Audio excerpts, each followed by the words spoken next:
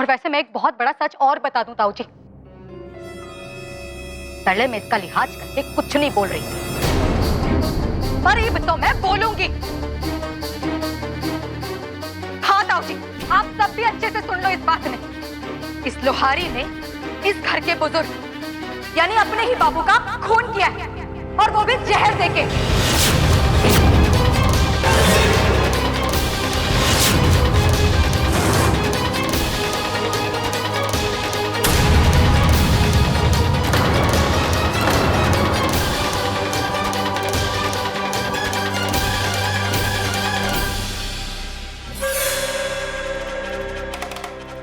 वाह, वो गवे है ना कि खुद को बचाने के लिए सामने वाले पर इतना बड़ा इल्जाम लगा देना कि उसके सामने खुद का इल्जाम छोटा हो जावे। ये बंद कर अपना यो झूठ, और जो इल्जाम मन ने तेरे पे लगाई है ना, पहले उसकी सफाई दे। बता सबने, तूने सिमरन को जान से मारने की कोशिश की थी या नहीं? बोल।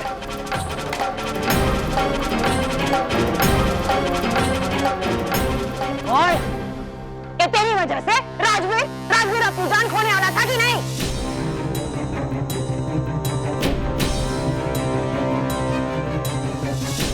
बोलना।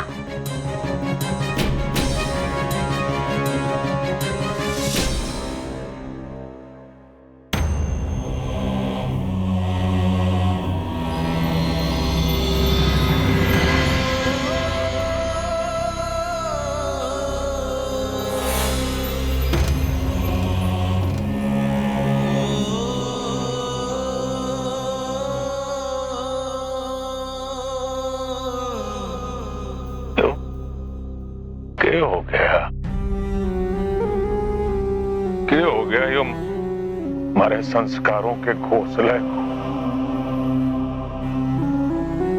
कितने सीधे साधे और भोले भाले लोग रहा करते थे इस घर में।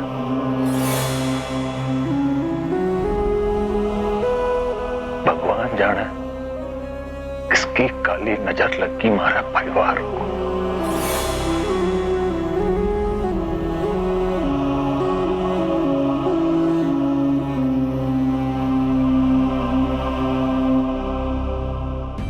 अब तो यो भी समझ में नहीं आता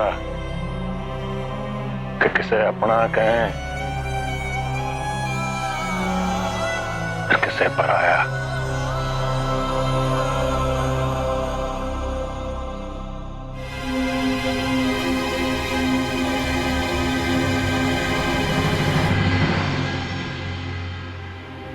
देख, यो तो तू भी समझ गई होगी कि इतना कुछ जानना का बाद राजवीर भी तने नहीं अपनावागा। यहाँ आवेगी तो रोज अपना दिल को दिखावेगी, रोज अपनी बेइज्जती करवावेगी। इसलिए मैं तेरे से यही कहूंगा, चली जा यहां से। हर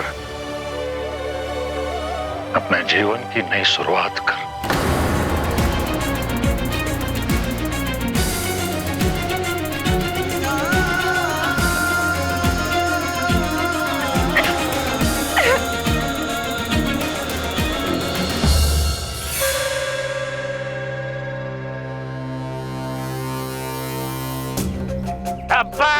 शाबाश, ठीक लगा दे ससुरे की, नाम रोशन कर दे बेनी गुरु का। फिर क्या? तो बेनी लाल जी, मैं ये कह रहा था कि गुस्से में आके कुलदीप ने उस छोरी को इतनी जोर से थप्पड़ मारा कि वो छोरी पीछे से आ रही बस के नीचे आ गई, और इस हादसे की 2 लोगों ने पुष्टि भी कर दी है जी। उसमें तो एक छोरी का भाई शक्ति है, और जो कुलदीप को जानने हैं भी, और दूसरी ताऊ श्याम सुंदर सागवान जी की बहू सिमरन। वो तो ये कहवे है कि अगर कुलदीप उसके सामने आ जावे तो वो झट से उसे पहचान जावेगी। अरे पंसारी की औलाद, बकरी के दूध का घी खावे क्या? जान लगा, जान निकाल दूंगा तेरी। कुलदीप,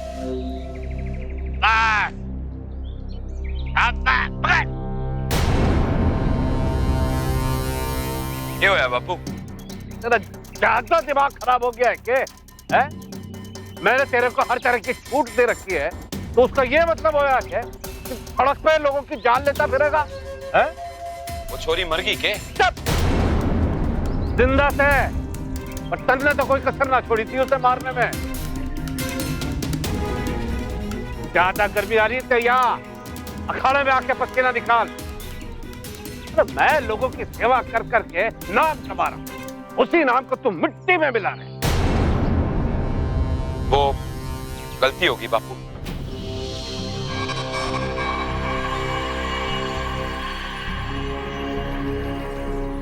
देख थानेदार, कितना संस्कारी बालक है।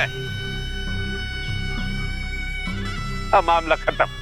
आई छोरे ने माफी मांग ली, बात खत्म। जा तू अंदर जा, लेकिन सुना उन्हें तक दोबारा ऐसी गलती ना करियो, अल्लाह दोनों कान मरोड़ दूंगा तेरे। जा चल अंदर।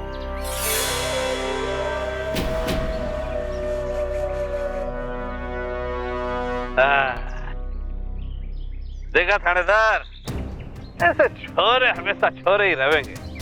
इसने देख के बन्ने हमारी जवानी के दिन याद आ जावे। पर जी कुलदीप बेटे से कुछ सवाल पूछने थे, मतलब थोड़ी पूछताछ। अरे यार छोरे ने माफी तो मांग ली थानेदार। अरे खुशखबरी और सुन, कुछ दिनों में कुलदीप ब्याह कर रहा है। उसका दूसरी छोरियों पे नजर उठाना एकदम बंद। क्यों समझ ले, ब्रेक लाग गई उसके आवारगी पे। पर बेनीलाल जी, वो मामला सरकारी है, रिपोर्ट तो बनानी पड़ेगी। अरे रे थानेदार बन गया, लेकिन बात से बच्चों जैसी करता है। देख भाई, वो छोटी छोरी से सड़क पार कर रही थी, तो सामने से बस आ रही तेजी से। कुलदीप ने उसको बहुत रोका, लेकिन बच्ची नहीं मानी। बस की स्पीड बहुत तेज, एक्सीडेंट। अरे इस देश में खड़े ही एक्सीडेंट हो गए, एक और एक्सीडेंट, केस खत्म, फाइल बंद। अब क्या एमएलए के घर से रिश्वत लेके जावेगा? अरे भाई, दुर्घटना के भगत वहां खड़े गवाहों से तस्दीक करा के अंगूठा लगवा ले। गवाह? अरे 5 तो मैं दे दूंगा, 2-3 तू ढूंढ लियो। क्या भाई, गवाह बनोगे? आप कहो तो अभी अंगूठा लगा दे। अरे भाई तो खुश है ना, जा जाके काम कर अपना।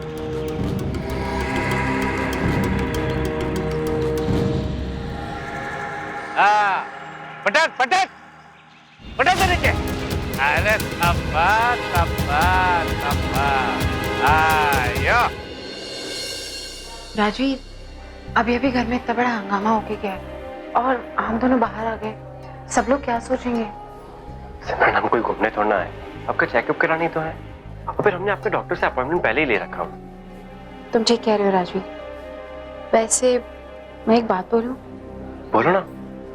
जब हम यहाँ से वापस जाएंगे राजवीर, तो तब तक रज्जू घर से जा चुकी होगी। अच्छा, मैं भी उसकी शक्ल तक नहीं देखना चाहता। जो भी हो राजवीर, बुरा तो बहुत लग रहा होगा ना बेचारी को। बेचारी? ना, एक मिनट, आप चाहते क्या हो? आप चाहते हो कि मैं उसको जाने से रोक लूं और घर में 2-2 लोग ही रखूं? नहीं राजवीर, मेरे कहने का वो मतलब नहीं था। मैं तो बस ऐसे बस ऐसी औरत के साथ ना ऐसा ना वैसा कुछ नहीं सोचना चाहिए। इससे स्वार्थी लोगों के साथ तो ऐसा ही होना चाहिए था। और मैंने तो ऐसा लगा है जैसे हमारे सर से बहुत बड़ा भूत लगा हुआ।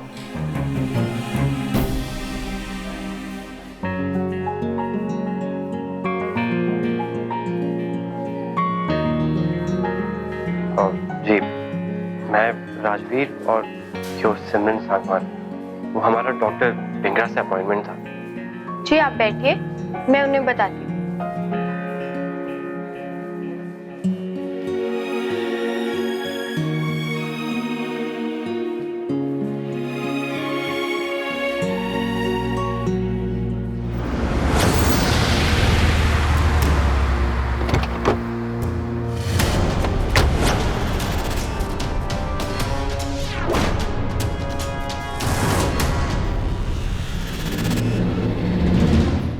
राजवीर, डॉक्टर से मिलने के बाद वजीरों से भी मिलना है, याद है ना तुम्हें? भूल के डांट खानी क्या आपसे? अरे मन्ने भी तेरे से बहुत प्यार से छोरी, बस एक छोटा सा काम से पूरा हो जाए, फिर उड़ता हुआ तेरी बाहों में आ जाऊंगा। अरे छोरी थोड़ा तो सब्र कर, मैं बस काम खत्म करते ही आ रहा तेरे पास।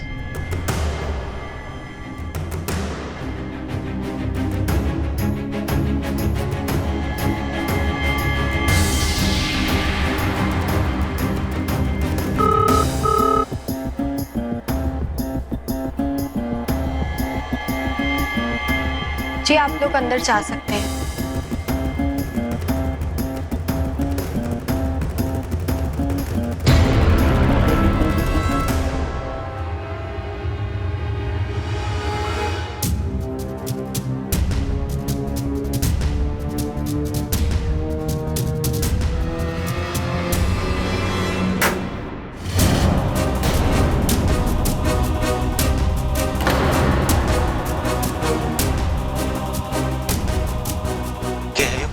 यो दवा, दारू और चुप्पी के लिए।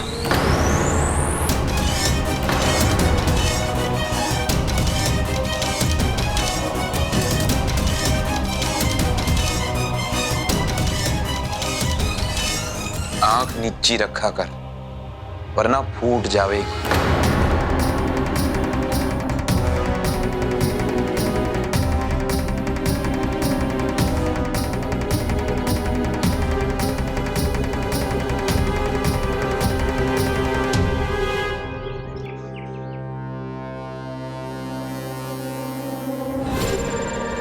चल जल्दी जल्दी हाथ चला, जल्दी से अपना सामान बांध और यहाँ से चलती बन, क्योंकि अब तो मैंने तेरी शकल भी बर्दाश्त नहीं हो रही है।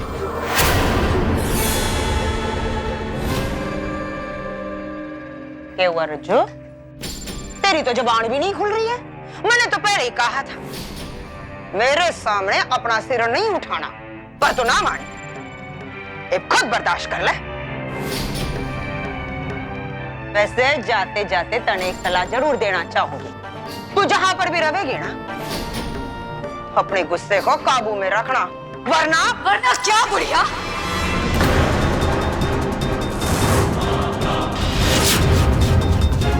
वरना गया तेल लेने, और कम से कम इस वक्त तुमने तेरी किसी पे सड़ा की कोई जरूरत ना है। पर हाँ, जाते जाते मैं तने एक सलाह जरूर देना चाहूंगी कि तैयार रही हो, क्योंकि यो जो गुस्सा है ना, और खास तौर पर तेरे पर जो मैंने गुस्सा है ना, उसकी आग ने मैं कभी शांत नहीं होने दूंगी, क्योंकि यही गुस्सा, यही आग, यही बेचैनी मैंने कभी सोने ना देगी। और मैं वापस लौट कर आऊंगी अपने राजवीर के लिए। और एक बात तो अच्छी तरह से समझ लेना बढ़िया, कि जिस दिन मैं इस घर में वापस लौट कर आई ना, उस दिन सबसे पहले इसी आग में मैं ताने भस्म करूंगी। याद रखियो।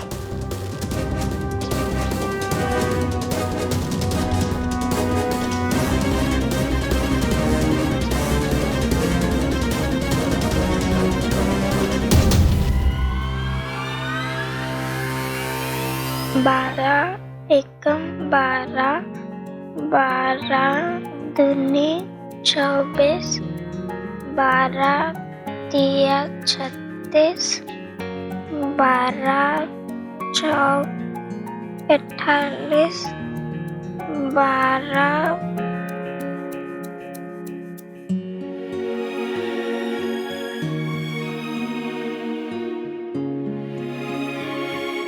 जी वो मैं ना 12 का पहाड़ा याद कर रही थी।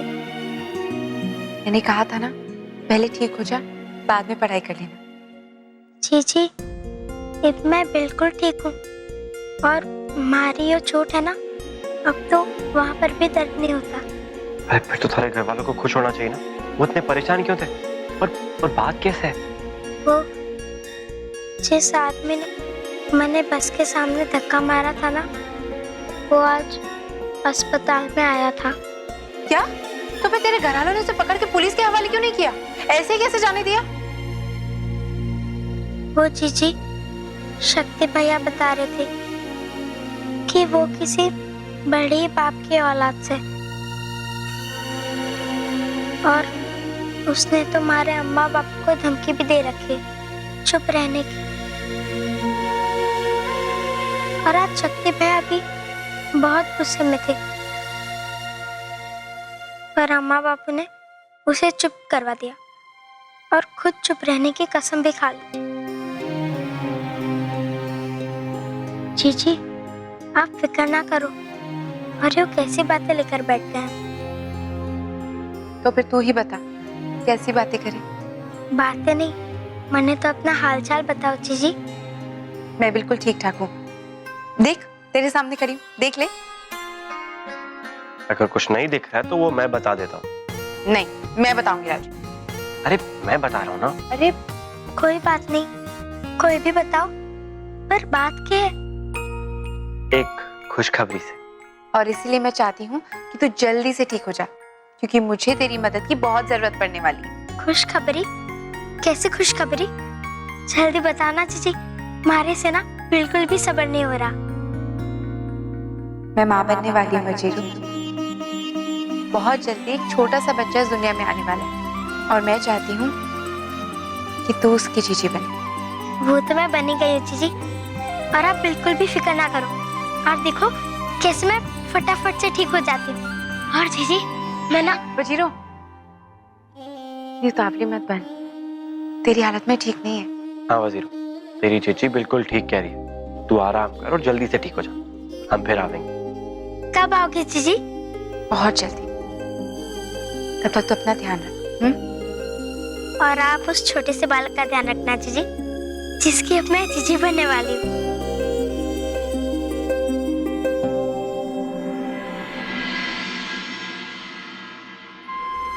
सच में आज तो जीजी ने मैंने बहुत ही अच्छी खुशखबरी सुनाई है।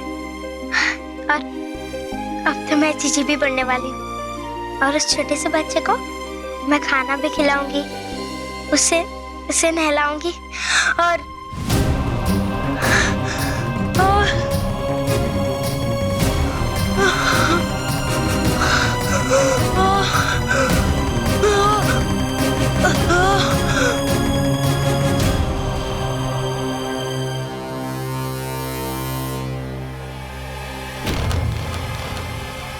जोले वजीरो, थोड़ा दलिया खा ले।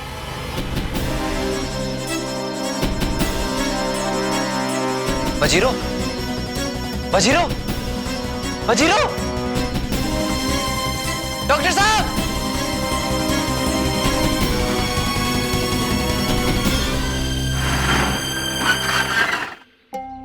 आप अंदर चलो, मैं गाड़ी के रेडिएटर में पानी चेक करके आता हूँ। मुझे लग रहा है कि कम है। ठीक है।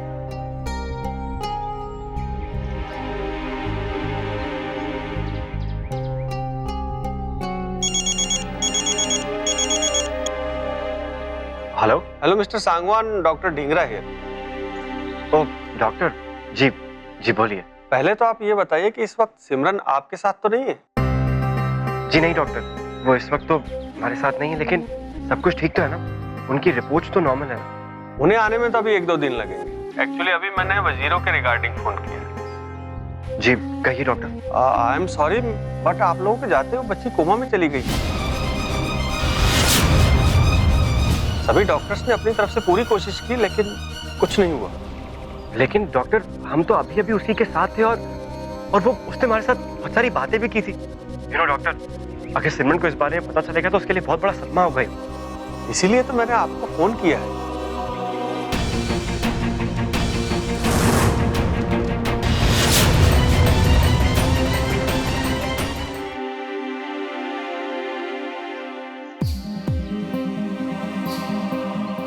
What's the matter, Rajveer? किससे बात कर रहे थे?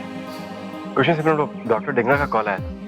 उन्होंने ये बताने के लिए कॉल किया था कि आपकी रिपोर्ट 1-2 दिन में आ जाएगी। ठीक है, जल्दी अंदर आ जाओ। मैंने हम दोनों के लिए चाय बनाने के लिए रखी है।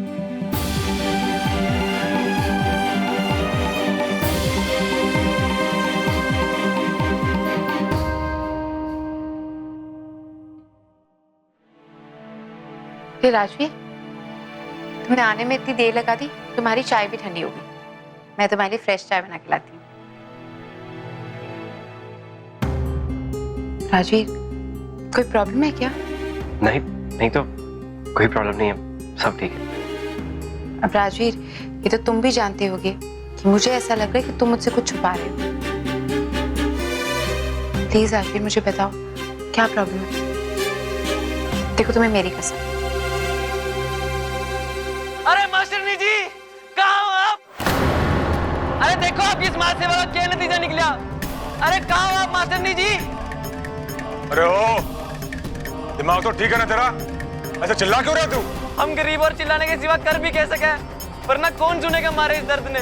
अरे पर होया के यो तो बता पहला। आपकी बहू की मेहरबानी की वजह से आज मेरी बहन की वो हालत है कि ना वो जीतों में है और ना मरो में।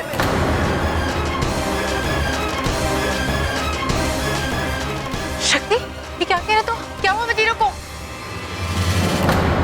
अरे उसी के पास से तो आ रही हैं आप, और आप तो ऐसे कर रही हैं जैसे आपको कुछ पता ही ना हो।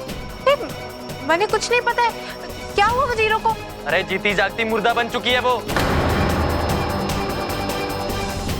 सांस चल रही है उसकी पर कुछ बोल ना पा रही, आंखें खुली हैं उसकी पर कुछ देख ना पा रही। पता नहीं कब होश आवेगा उसने, और यो भी नहीं पता कि आवेगा भी कि नहीं। डॉक्टर ने कहा है कि वो कोमा में चली गई है।